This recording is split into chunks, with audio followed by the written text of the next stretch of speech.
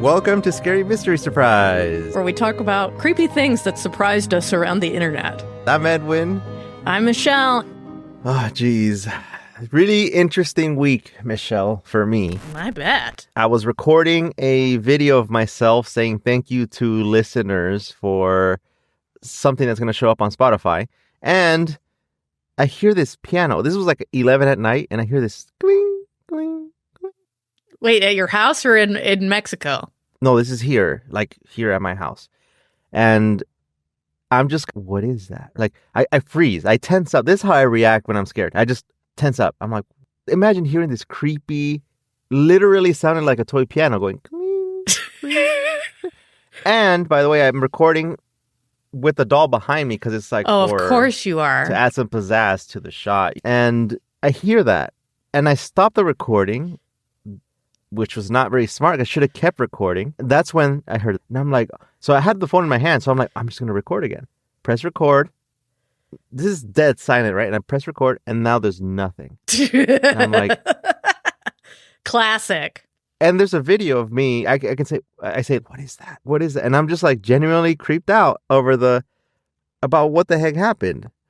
Like you might hear me say right here in the video, what is that one? What is that? And it just like recording out the window, trying to see spooky what is going on. Anyway, so that was the start of my late night writing because I still had to finish writing. So I just sat up, walked to my desk. I turned on all the lights. Of course, you have to at that moment. Who knows what's going to happen? Yeah, no, it's super creepy, man. Houses are creepy. And I don't know what's been going on here because I know I had a creepy experience when we first moved in. I think I mentioned it before, but I don't know what that was. It was weird how it just stopped as soon as I started recording, and that feels like the most normal part is that of course it would stop as soon as you start recording. Of course it would. Wait, now I understand Zach Bagans. Thank you.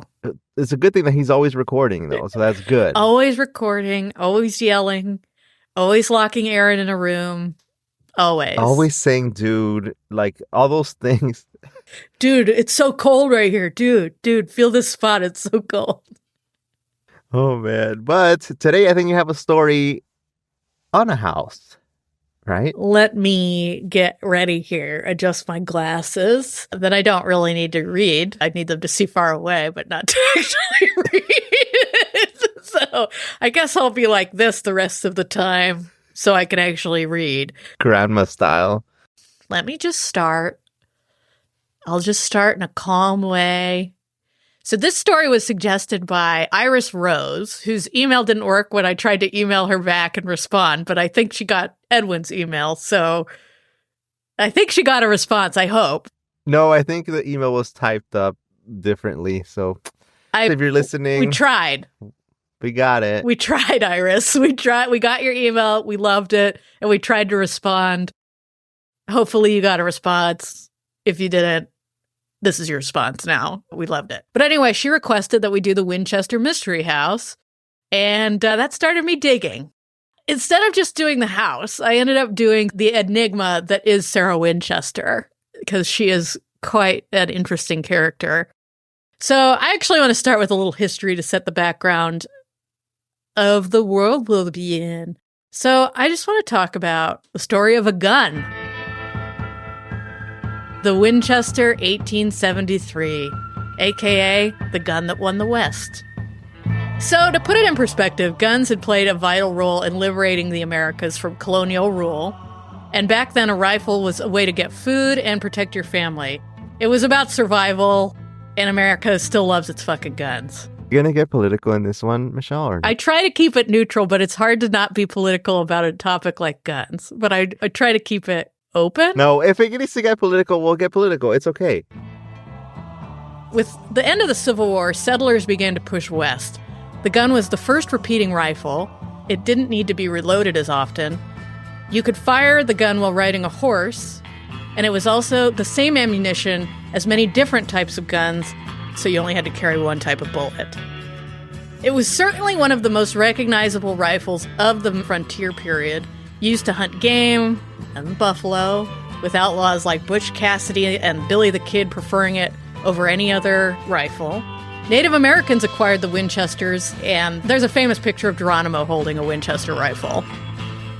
Cool. So it's along with that image of the boots and the holster and In your hat. Okay, like Oregon Trail. I don't know if you ever played that game. Yeah, I think of Oregon Trail. That's who I'm thinking of. When you used to die of Dysentery. I hated dying of that. Everybody dies of dysentery. But anyway, they would have had Winchester rifles on the Oregon Trail game. Awesome. All in all, over 7,200,000. Yeah, here we go. All in all, Edwin just spit up like a baby. 7,200,000 rifles. 7,200,000. Over 720,000. Oh, God, I got to get it under control. Over the model 1873 gun was easily the most popular rifle of its time. So it sold almost 750,000. That's a lot. I wonder how much they would sell them for. Just curious how much it would cost. So I looked it up. So they were $100 in that time, which is about $2,100 in our money. Oh, wow. Yeah. They were expensive.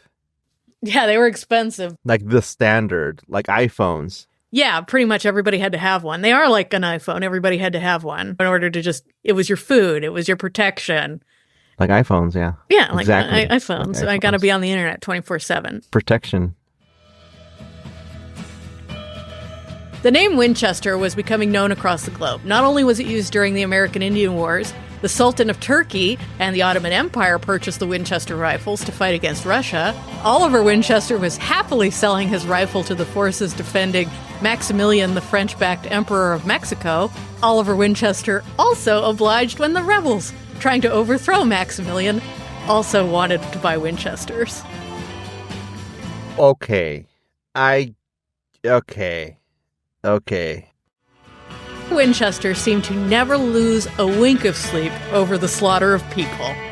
A gun was seen as a necessity for survival, and he became extraordinarily wealthy and built an ostentatious home. His family became prominent in New England, known for their philanthropy and their fascination with scientific progress. There is an important note here, and it sets the tone for what's coming, is that Oliver and his wife Jane experienced much personal sadness. Only one of their 4 children would outlive them. So that's the environment we're going into, right? That is... Jeez. Sad. It's a sad intro. It's the 1800s. It's funny because I was thinking about it, and I have a BB gun. So I have a BB gun in my house. I never have a rifle, but I do have a Red Ryder BB gun from the movie A Christmas Story. Did you ever see that? And my brother got it for me for Christmas one year, and that was like really sentimental to me, and like I mounted it on my wall, and then my old roommate borrowed it and went and shot rats down at the LA River with it. And I've never touched it since then. It's like buried behind some mic stands. So it works. Yeah, it works. And it lost all sentimental value after that, but I don't know. Gun Yeah. that shot rats. Maybe I'm cursed by the rats that it killed. And those things hurt. BB guns hurt. I know. Yeah. He's probably cursed, but he's still probably the best roommate I ever had in Los Angeles. So Your roommate's listening. I doubt it. He's not that good of a roommate then. It would be very funny if he was, but no, he's not doing that. Now Sarah enters our story. Born Sarah Party, she will become Sarah Winchester. But in New Haven, Connecticut, she was born to upper-class parents around 1840. Sarah enjoyed the spoils of a luxurious life. Her father, Leonard, was a successful carriage manufacturer during and after the Civil War. Sarah learned 4 languages as a child and was admitted to the Young Ladies Collegiate Institute at Yale College, which was the highest women could go in education at the time. Her high position in society put Sarah in an excellent place for marriage. By the time Sarah was of age to marry, her parents already had someone in mind. A man who could ensure their daughter would be taken care of for the rest of her life. His name was William Wirt Winchester, The only son of the firearms manufacturer Oliver Winchester, William was the heir to the Winchester Repeating Arms Company. And then I wrote, this guy has mutton chops for days. Could they be braided? I want to see a picture. Winchester. Let's see. Oh, wow. Okay, you were not kidding. Okay. Right? Like, they're extreme. Can they be braided? Good question. Would he let me braid his mutton chops? Wow. Okay. And that's on purpose. Yeah. I mean, he's rich enough to not do that, but he's choosing to. Isn't that the same? Some things just never change. I think it's the same. Yeah. It's like, oh, yeah, he has enough money to not look like that, but he is choosing to look like that. So now it's fashionable, desirable. So it's awesome too, Michelle, that you mentioned, okay, so she was well-rounded, spoke 4 languages, went to this awesome school and everything. So it's great, that she needed a man to take care of her because she couldn't. Right. Insanely well-rounded. Would be fine. Probably a business owner in modern times. She sounds very smart and with it. Anyway, William and Sarah Winchester married in September 1862. During their marriage, William worked as a treasurer for the family's company alongside his father. 4 years into the marriage, Sarah bore a daughter named Annie Pardee Winchester. Unfortunately, just 40 days after her birth, Annie died. By all accounts, Sarah Winchester never quite recovered from the death of her infant daughter. Was it a curse? So much personal tragedy had befallen the Winchester family. In her eyes, the Winchester family business profited from death. To further complicate matters, confirming her worst fears, William's father, Oliver, died in 1880, leaving the company in the hands of his only son. Then, just a year later, William himself suddenly died from tuberculosis, leaving everything to Sarah. Suddenly, Sarah Winchester owned a $20 million fortune, equivalent to about $500 million in present day. Wow. And a 50% stake in the Winchester Arms Company. Her stake left her with a continuous income of $1,000 a day, or about $26,000 a day in 2019 dollars. Wow. So she just became rich because her father-in-law died, then her husband died, her daughter had died. Yeah, her daughter had died. And then there's, on the Winchester side, William's siblings are mostly dead at this point, too. So that's the environment she's in, right? Sarah Winchester's husband and father-in-law had died, and she had gained a fortune capable of keeping a small country afloat. That's terrible, though. I feel bad for her. I know, this isn't a ha-ha story. I feel like it's not a ha-ha story, but there's some tricks coming up, so don't worry. It's not a ha-ha story. It's not, but it's different than you think. Now the only question was what to do with it. A suspicion of a curse now had become a reality. In Sarah Winchester's opinion, her newfound fortune was blood money earned from what she saw as the untimely deaths of thousands of people. This had caused the death of her only child, her husband, and her father-in-law. Already in a fragile state, in search of what to do with the money, Winchester sought help from a medium in Boston. I mean, obviously, right? Yeah. Go ask a psychic for help. Go ask a medium. Forget a lawyer. Forget your financial advisors. Straight to a psychic. Yeah, forget BetterHelp. Just go straight to... If she just had better help back then, this wouldn't have even happened. As the story goes, Winchester shared her guilt over the numerous victims of the Winchester guns with the medium, and according to him, Sarah would be cursed and tormented unless she appeased the spirits of these victims. He told her that the only way she could do that was to move west and build a house for the lost souls. Quite the request. It's quite the random request, too, if you think about it, where it's, you know what you can do? Go build a house over there.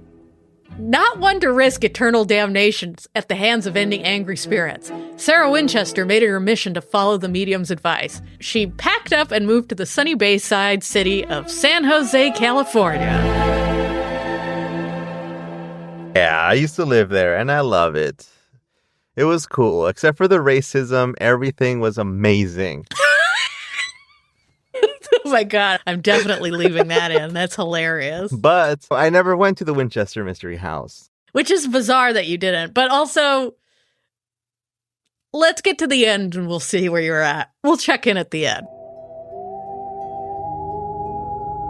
In 1884, Sarah Winchester purchased an unfinished farmhouse in the Santa Clara Valley. Instead of hiring an architect, she enlisted the services of a team of carpenters and directed them to build directly into the farmhouse as she saw fit. Before long, the rundown farmhouse was a 7-story mansion built by a team working around the clock. Due to the lack of a plan and the presence of an architect, the house was constructed haphazardly. Rooms were added onto the exterior walls, resulting in windows overlooking other rooms. Multiple staircases would be added, all with different sized risers, giving each staircase a distorted look. Stranger was the fact that so many alterations seemed pointless. Staircases would ascend several levels, then abruptly end. Doors would open to solid walls, and hallways would turn a corner and end in a dead end. It sounds pretty cool. I don't know what's wrong with that. Thought about how cool it would be to have an expandable house. You know what? I want 2 rooms here, and you just put a wall and another wall, and there you go. You have another room. But I didn't think of the windows, so I get it. A window would see. Yeah. Well, because most normal people would take windows out and just put up, well, like instead of boarding up windows and of a room, they just take the window out normally. But I think of it like The Sims. Did you ever play The Sims growing up? Yes, I did. Yeah, you can just do that. Your 2 rooms. Oh, yeah. I get it. But that thing removes the windows automatically for you, expanding. And then you could delete the door and then watch them die. Yeah, they just run out of air or whatever. No, they starve to death. They'd pee themselves and then they'd starve to death. And that was what The Sims did when you killed them. That doesn't mean I'm a sociopath or anything. It means I was a normal American child. Completely normal. I used to do it too. Yeah, and we're both normal. It's perfectly So, normal. Yeah. Perfectly normal on our comedy paranormal podcast. We are totally normal. Totally normal people. Nothing wrong with that at all. By the turn of the century, Sarah Winchester's house, an oddly laid out mansion with 7 stories, 161 rooms, 47 fireplaces, 10,000 panes of glass, 2 basements, 3 elevators, and a mysterious funhouse-like interior. Anyone who set foot in the home could tell no expense had been spared. Gold and silver chandeliers hung from the ceilings above hand-inlaid parquet floors, which I find gross, but some people like parquet floors. I guess that might be the scariest, most disapproving thing of this whole story, is that she really liked parquet floors. Dozens of artfully stained glass windows created by Tiffany & Company.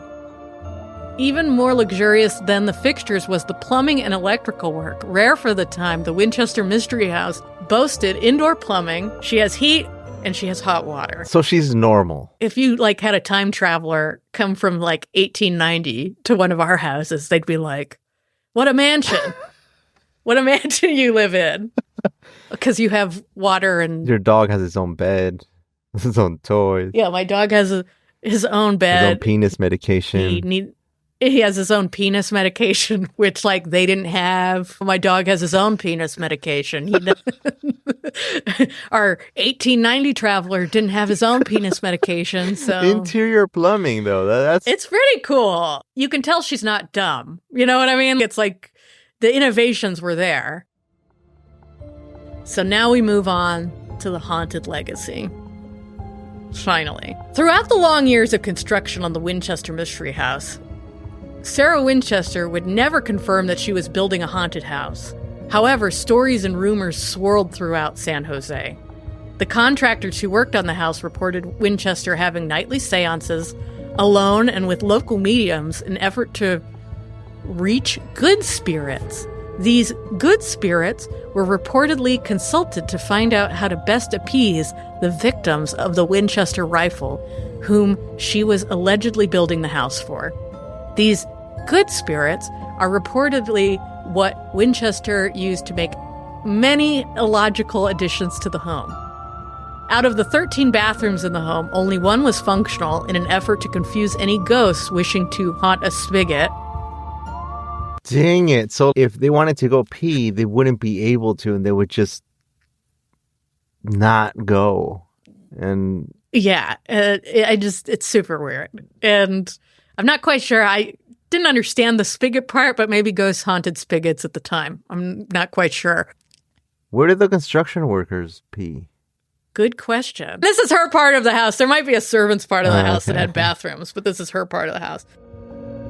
Furthermore, she would sleep in a different room every night in the Winchester house and use secret passages to get from one room to another so no spirits could follow her.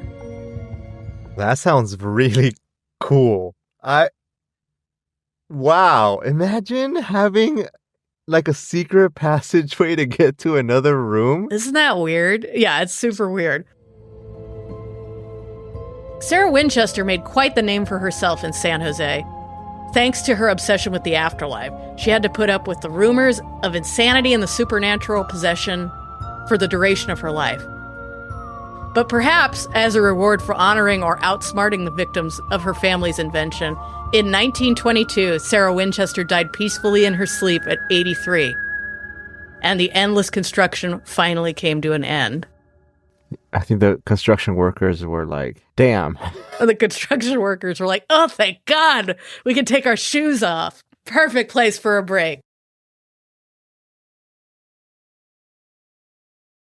What I just told you was the legend, right? It was all fake? That's the quote-unquote story of Sarah Winchester.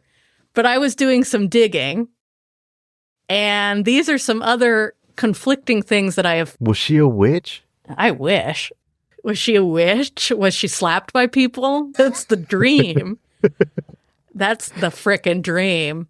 Wait, so it's all been a lie? I don't want to... This is what I was talking about, where I feel like I'm going to tell the audience that it's like ripping the fantasy away. I feel like I'm going to...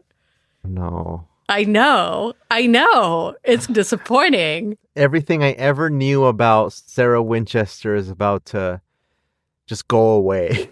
I don't know how I feel about that. I know. I was like, do I tell the listeners what I found, or do I just let that story just stand? We could just let that stand and no one will ever know. No one ever has to think about it.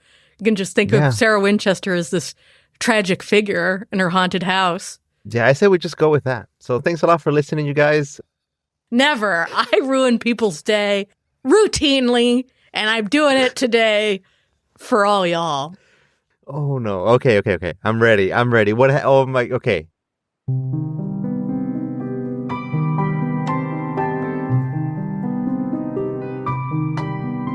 After her death in September 1922, Sarah Winchester left all of her personal belongings to her niece, Marion. However, the Winchester Mystery House was never mentioned in her will. After appraisers deemed the house worthless due to its strange design, which, like, you could see people walking in and being like, oh, what? Why are there stairs going? What is going on? Nobody wants this. No. After appraisers deemed the house worthless due to its strange design, damage from the earthquakes, and long-winded construction, Marion took everything in it and auctioned it off. The current owners of the house claim it took 6 weeks to empty the house of all furniture because of the strange layout, but that's uncorroborated. After the house was emptied, a local investor purchased the home for $135,000, which a 4-story house with 41 rooms or whatever for $135,000. Even in like current money, that's still, even if your house was designed in the craziest form, that's still a good deal. Even if you had demons wandering around, that's still a good deal. Even if you're just buying the land with no house in it. Yeah, you could just tear down that mammoth house. Just about 9 months after Sarah Winchester died, the house opened to the public for tours. Wait, what? Yeah. With what purpose? Because it was so weird. Like you couldn't live in it because it was so weird. So they were like, what do we do with it? It was in such disrepair. It had no monetary value. So a group of investors subsequently leased the property to a John and Mamie Brown. I think it's Mamie. Yeah, Mamie. who turned it into an attraction. They later purchased the house in 1931. There were many room additions and deletions made to the home after Winchester's death. Neighbors, friends, and workers for Winchester were distressed when they read about all the superstitious claims being made about the house and Winchester, and were upset that the Browns were making money off falsehoods. Since her death, little has been uncovered about Sarah Winchester and the reasoning behind her obsession with building the Winchester Mystery House. She gave no interviews, left no journals, and had no family willing to speak about her. Thus, Winchester's story has been embellished over the years with various rumors and myths, and popular writers have misrepresented and invented details about the house and its owner in order to enhance the legend, especially the people that run it now, because it's a haunted attraction. Money. It's such a...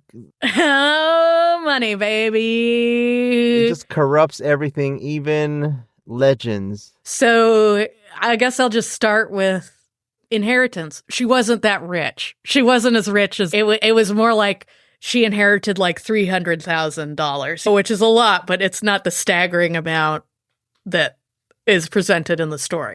Moving to California, there was no proof she ever talked to any medium in New Haven, even though it was common practice for women of her status to seek that out at the time. No proof.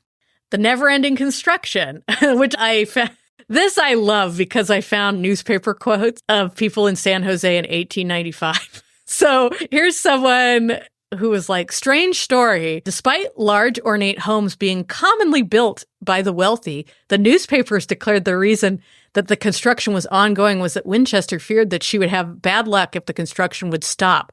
This theory eventually grew into stories that she believed she would die if the construction stopped. And here's a newspaper quote from 1895. Strange story. A woman who thinks she'll die when her house is built. 10 years ago, the handsome residence was apparently ready for occupancy, but improvements and additions are constantly being made for the reason it is said that the owner of the house believes that when it is entirely completed, she will die. This superstition has resulted in a construction of a maze of domes, turrets, cupolas, I don't know what that is, and towers covering a territory enough for a castle.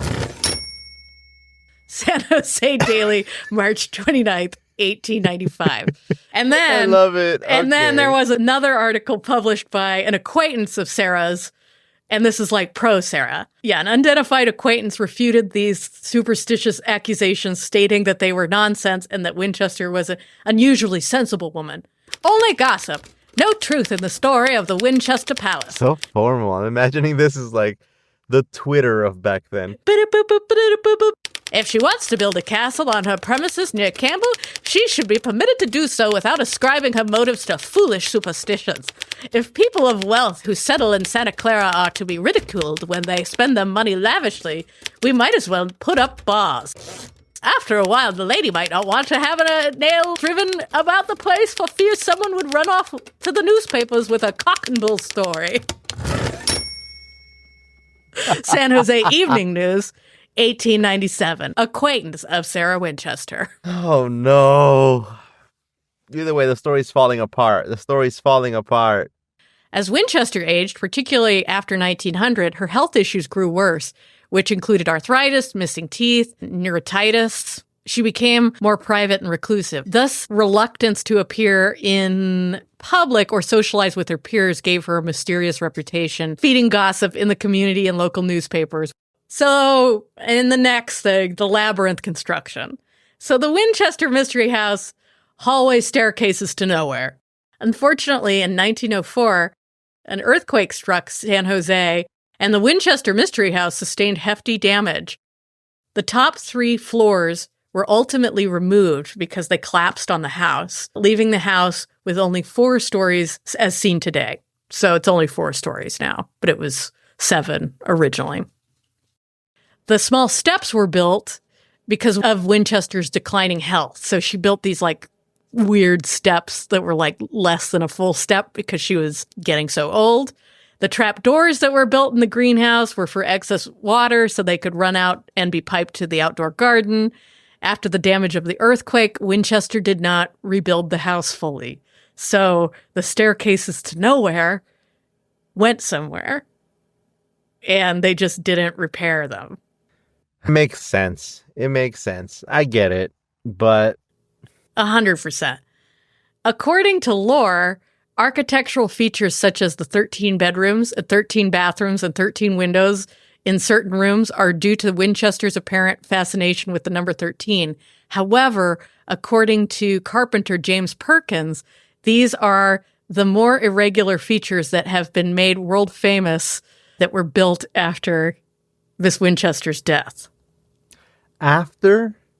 Yeah, when it became an attraction. Michelle, are you giving me real stuff right here? Yeah, I'm giving you this is the real stuff. Yeah, This is misinformation. this is real. Is it disinformation? I don't know. It's the truth, unfortunately. Oh, no. I know. That house does not look creepy in like a real creepy house. It looks fake creepy to be creepy. They've shot a lot of movies there. The Haunted Mansion in Disneyland is actually based off of it too. So there's a reason. Do you want me to keep going? Because there's so many. Yeah. The dream already died, so might as well. Gun guilt. At the turn of the 20th century, the most common belief that still persists regarding Winchester's house building was that she felt tremendous guilt resulting from the deaths caused by the Winchester rifles and from inheriting so much money from the arms company. It is unlikely that Winchester had any guilt, since in the 1800s, the Winchester Repeating Arms Company was seen as a success and weapons were viewed as a necessity for survival. Your evil laugh, Michelle, what? I just hear our audience just crying over this. Yeah, it just feels like I just saw the truth. Right? And I'm like, all this time. And you know what? It's the things that I've suspected. If your company's doing really well, and hey, you're helping people with your guns. This is awesome. Blah, blah, blah. You're helping shape the world. It's, for example, Teslas. Yeah, they crash and burn and explode every once in a while, but you're making a lot of money off of them and you're still helping the environment. I don't know if that's true. Yeah, you might have killed a few people. You don't see Elon Musk being like, oh no. Maybe he could launch the victims of his car accidents into space or something, or put them in his tunnel, or tweet about them. I'm not quite sure. I'm not quite sure what he could do. Maybe that's what he's trying to do. He might be trying to build his tunnel hyperloop to escape from the ghosts that are chasing him. Yeah. It's sad that they see Sarah as this crazy woman who talked to a media, moved out west. Maybe she was just trying to... Look, she had a tragic story. She also, here's the thing too, she actually had 4 houses in that area. Oh, wow. She had a houseboat in San Francisco. She had another house nearby that she put in that her niece lived in. Fancy. And then she had another house. Yeah, so she had other houses. She wasn't just living at the Winchester Mansion the whole time. She becomes more of a normal person when you read this, where it's, oh yeah, she was just a rich person of her time. And her hobby was designing this house. I mean, look, imagine your family, like, okay, you're marrying to this family, then they start dying, and you're like, oh no, I'm really sad, and I want to change. Where do you go? To the new frontier. You go out west. You go do something in San Jose, which is, again, really cool. And there you go. It works out. I think I would have done the same thing. I'm hurt. I don't want to stick around. I just go and build a house and do whatever the heck I want. And forget architects. I'll just do what I want. Yeah, I can burn all this money. It's fine. I feel bad for her still, but now I feel worse. I don't want to go to the Winchester Mystery House anymore.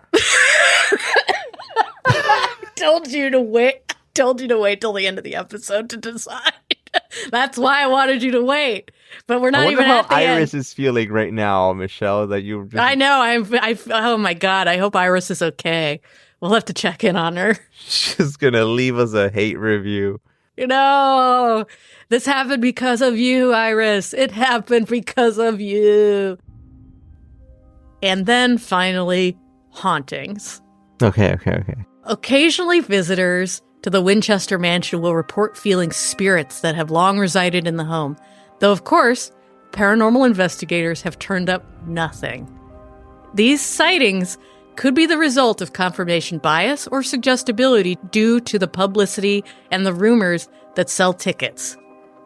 Most importantly, there is no proof of any demonic possession, ghostly apparitions of any kind in the Winchester house. But perhaps there are still some spirits haunting the abode, maybe even Sarah Winchester herself.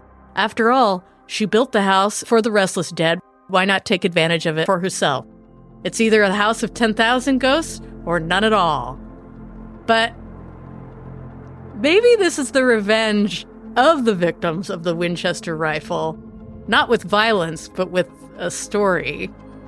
Winchester herself has become an exaggerated urban legend and a cautionary tale of madness and consequence of gun violence. And she's become the ghost story in her own home. So poetic. I know, man. I don't know how to feel now. I feel kind of like this, like a relief a little bit. I get it. It makes sense.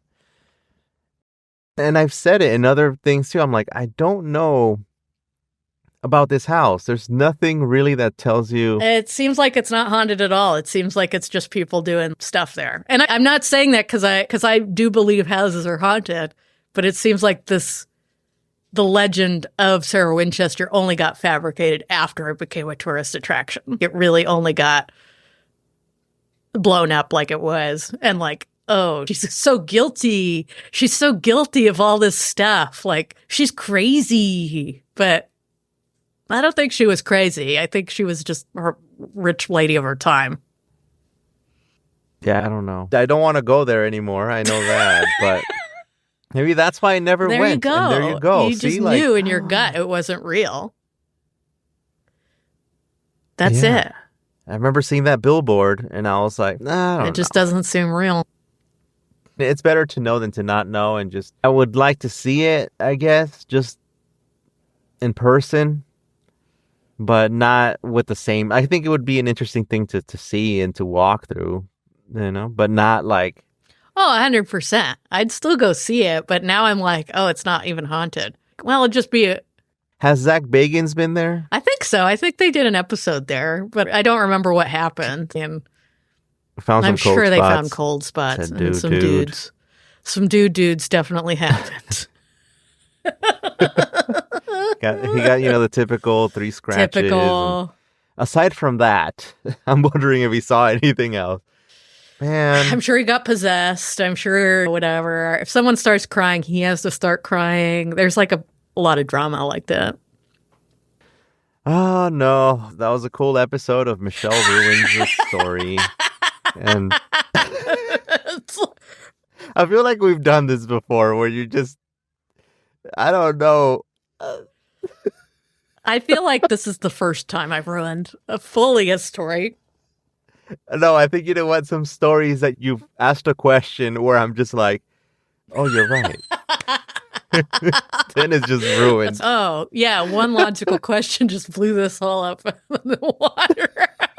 Sorry. Yeah, imagine me telling this story, Michelle. I'm like, so the Winchester Mystery House was this woman and seances. And you're like, is there any proof of seances? No, Michelle. Either way, it was interesting to find that out, like to see or to hear this other side, which it was, like I said, it's a strange coincidence. I was living in San Jose, never went there, always felt off about that place, never really thought about it as a creepy It'd be fun place. to do it and, for Halloween because they do haunts. So you could go and do the haunted house at the Winchester Mansion. That would be fun. Like they do that at Halloween. Yeah. So it sounds like a cool little attraction, kind of like the Haunted Mansion in Disneyland, where it's probably not haunted, even though I did catch a picture in the Haunted Did you? Mansion that has this strange, like a weird flying snake color thing. It showed up. Yeah. And I'm like, maybe this is just back then, taking a picture on a cell phone, completely different. But then I found out that this thing has been caught in other pictures, Oh, and cool. maybe it's the same effect. I don't know, but it has that where it's still creepy, but it's maybe not haunted. So I will call this place not Dun, haunted. dun. That's my stamp sound effect. Maybe that went to Law and Order. Do you think they'll come after us if I dun dun? Dun, dun, dun, dun. But it was more of a like dun dun. Like that was my stamp noise for declaring it not haunted. Would you visit, Yeah, Michelle? of course Would I'd you go. I like to travel, so of course I'd just go for no reason. I'd just Maybe there's other things in San Jose we can look that would be for. awesome. I think. Yeah, I'd go. I'd 100% go. And watch us go and find out that it's super haunted. Yeah, imagine it's just like after being start seeing after all I the was a huge signs. poop on this when I killed everybody's dream, and then we found out it was really haunted, and maybe we died there and became ghosts. Yeah, and watch, you're gonna end up with the Sarah Winchester is gonna manifest. She's gonna show up in your dream and say, I am real. This place was haunted. Or finish the construction for me. Finish for me. Or I'll Here's haunt you $300,000. forever. Yeah, here's $300,000. And I'll be like, this isn't going to buy me anything now. This isn't going to, they won't even let me in the house for this. Lady, you got to get with inflation here. You can just imagine her as a ghost just being like, oh, what's the inflation rate? Yeah, what's the conversion? Oh, okay. Then we got to raise like this much more. Okay, we got to do that. Which would make your story just non-believable, where it's just, guys, it's real. I changed my mind. I saw her in a dream. We sat there and negotiated inflation rates. You won't even believe it. Oh, no. Oh, man. I think if there's any other stories surrounding NorCal, I think I'd be interested in hearing. Oh, hell yeah. Because those places have that history of rich people, and rich people are a little bit weird sometimes. And yeah, you know those mining stories too, Michelle, where like they have mining operations and they get super rich, and then suddenly a lot of money attracts a lot of deaths for some reason. I think that happens actually in Northern California. So oh yeah, gold rush. I'm interested in if anybody out there has a story about something like that. I would be, I don't know. I like the whole idea of ghost towns, mining towns. Oh yeah, super creepy. Deserts and wilderness mountain stories in California. What about Tommyknockers? You into Tommyknocker stories? You know what? I've heard of those. Oh, you haven't done a deep dive on Tommyknockers? They creep me out. I think for Dark Memory we did a little bit, and there was a mention of them, but we should probably do something I like would that. love a story on a Tommyknocker, but they give me the creeps. So if anybody out there has a story, DM us on Instagram, Scary Mystery Surprise. Oh, yeah. And we're taking DMs now, baby. But also, if you like us, leave a review and a nice little 5-star rating. Yeah. And then what are we going to be talking about next week, Michelle? I think it'll be a surprise. Dang it. All right. See you next time. Bye.